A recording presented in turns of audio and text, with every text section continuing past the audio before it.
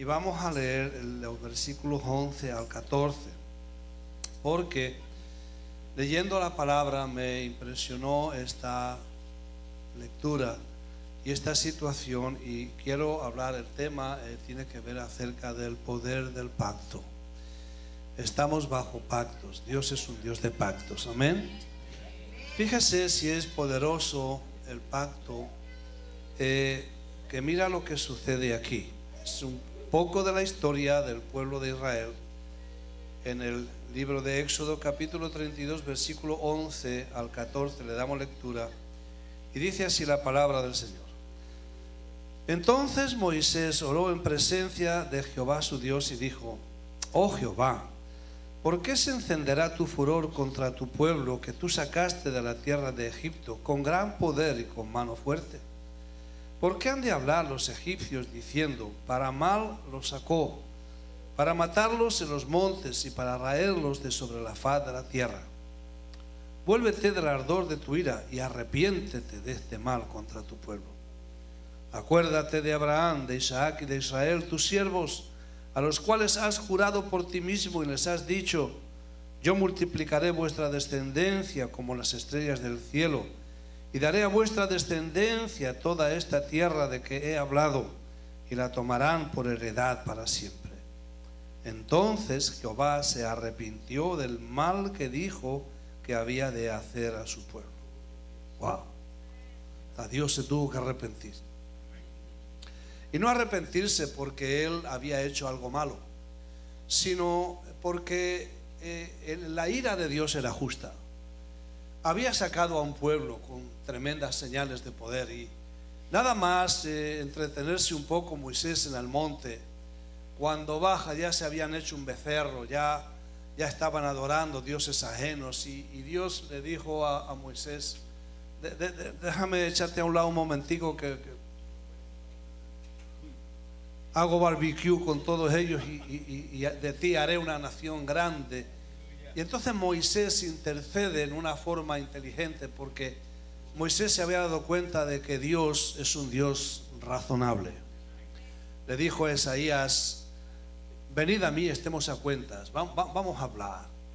Y cuando Moisés, todo lo que hace Moisés es decirle a Dios: oye, arrepiéntete de esto que acabas de decir, porque tú hiciste un pacto con Abraham, Isaac y Jacob. Lo único que tuvo que hacer es recordarle a Dios el pacto que él había hecho con su pueblo. Y Dios entendió que Moisés llevaba razón. No dejó sin castigar al pueblo. 40 años estuvieron en el desierto dando vueltas, pero no los eliminó de sobre la faz de la tierra. De manera que cuando miramos, yo recuerdo cuando el rey Ezequías, en el segundo libro de Crónicas, el capítulo 20, o el primer libro de Crónicas, segundo, creo, si mal no me equivoco, está en un momento determinado, rodeado de ejércitos enemigos, y todo lo que hace en una oración es decirle a Dios: acuérdate del pacto, porque tú eres nuestro Dios, tú hiciste un pacto con nosotros, de que tú eres nuestro Dios y de que tú ibas a venir en nuestra defensa. Daniel le recuerda el pacto a Dios. Hay muchas oraciones en la Escritura que todo lo que el pueblo tuvo que hacer era recordarle que Dios había pactado con ellos. Un pacto es una palabra. Estaba mirando algo sobre apologética y le preguntaban acerca de la creación del universo, y el diccionario describe la palabra universo como una palabra compuesta de uno, y verso es una declaración hablada. De manera que el universo existe por una declaración que Dios hizo de que en el principio Dios creó los cielos y la tierra. Cuando Dios habla, Dios establece. De manera que su palabra, una vez que sale de su boca, Él se compromete con ella. Por eso dice el salmista: has engrandecido tu nombre y tu palabra sobre todas las cosas. El carácter de Dios se pone en juego, y el poder de Dios es utilizado para que esa palabra que Dios ha dicho pueda llevarse a cabo. En la Biblia encontramos dos formas generales de interpretarla. ¿La interpretamos por pactos o la interpretamos por dispensaciones? Ambas son escriturales. Cuando hablamos de pactos, Dios es un Dios que hace pactos, lo vamos a ver ahora. Lo único que hay que tener o distinguir entre un pacto teológico y un pacto bíblico. Los pactos teológicos son inventos de los teólogos sin base escritural, por lo tanto hay que estar en la escritura para poder entender cuáles pactos son los pactos que Dios hace con la gente. Así que cuando encontramos en Génesis capítulo 9 que Dios hace un pacto con Noé. Seguro que usted lo ha leído. Y hace un pacto con Noé que el remanente que queda del juicio que Dios trae sobre la tierra, hace un pacto con ellos y les da una señal que es lo que conocemos como el arco iris, ¿no?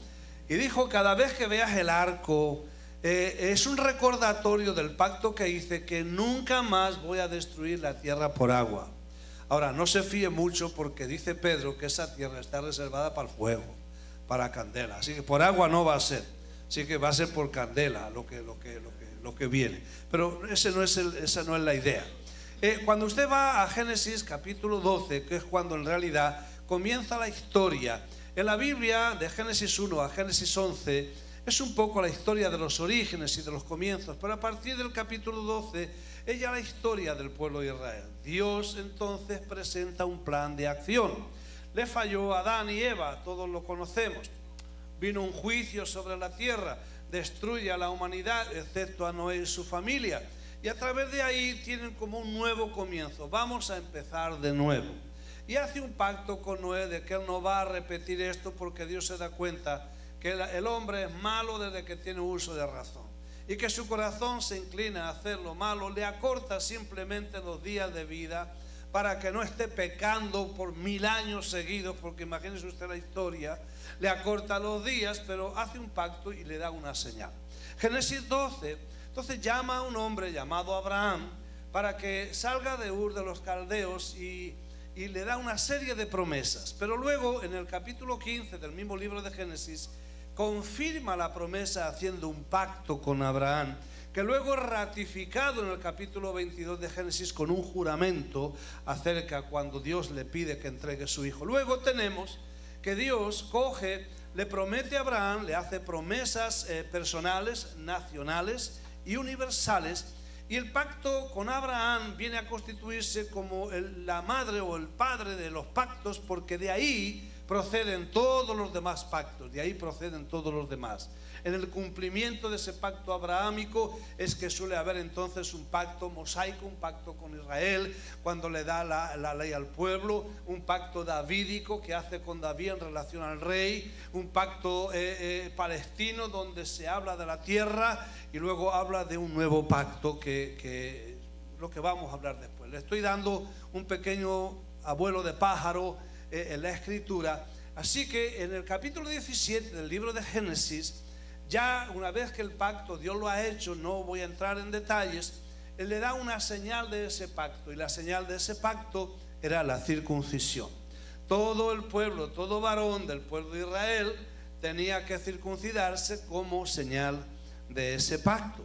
Así que vamos a encontrar en la Biblia la manera o la forma en que es fuerte cuando Dios pacta.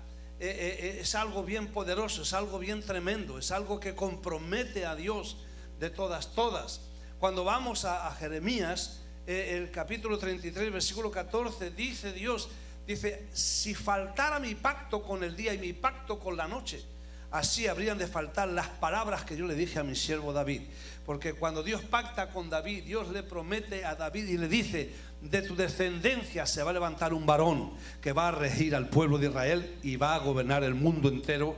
Y David se queda hasta asombrado cuando Dios le habla estas palabras y dice: ¿quién soy yo y cuál es mi casa para que tú me hables cosas semejantes? Así que encontramos, por ejemplo, que Dios hace pactos a veces personales, y encontramos en Números capítulo 25 versículo 12 en adelante la historia de Finés, un levita que en un tiempo bien de crisis, cuando el pueblo de Israel está fornicando con las moabitas y se está mezclando con ellas, un príncipe de Israel agarra a una princesa de las moabitas y delante de Moisés y de los ancianos de Israel se la lleva a la tienda y nadie hacía nada. Pero hubo uno, un tal Finés, allí un levita que tuvo celo por la casa de Dios, agarró una lanza y entró a la tienda y los traspasó a los dos. Y usted diría, qué bestia, qué bruto. Bueno, ante los ojos de Dios no. Ante los ojos de Dios fue una reacción por tener celo por las cosas de Dios, por guardar los mandamientos. Y de vez en cuando hay que meterle un sablazo a alguien. ¿Por qué? Porque hay que tener celo por las cosas de Dios. Y de vez en o sea, no es que anda uno todos los días con el machete, pero de vez en cuando hay que meterle algún machetazo. Porque cuando vemos el mal delante de nuestros ojos y no hacemos nada al respecto, nos estamos convirtiendo en cierto nivel en cómplice de ello. El justo está llamado a levantar su voz, a oponerse abierta y claramente contra el mal. Lo que está mal, está mal. Dije, lo que es pecado, es pecado. Y si se ofende a alguien, que se ofenda. Es mejor ofender a la gente que no ofender a Dios con mi silencio. Uy, estoy de madre hoy, ¿no? ¿Verdad?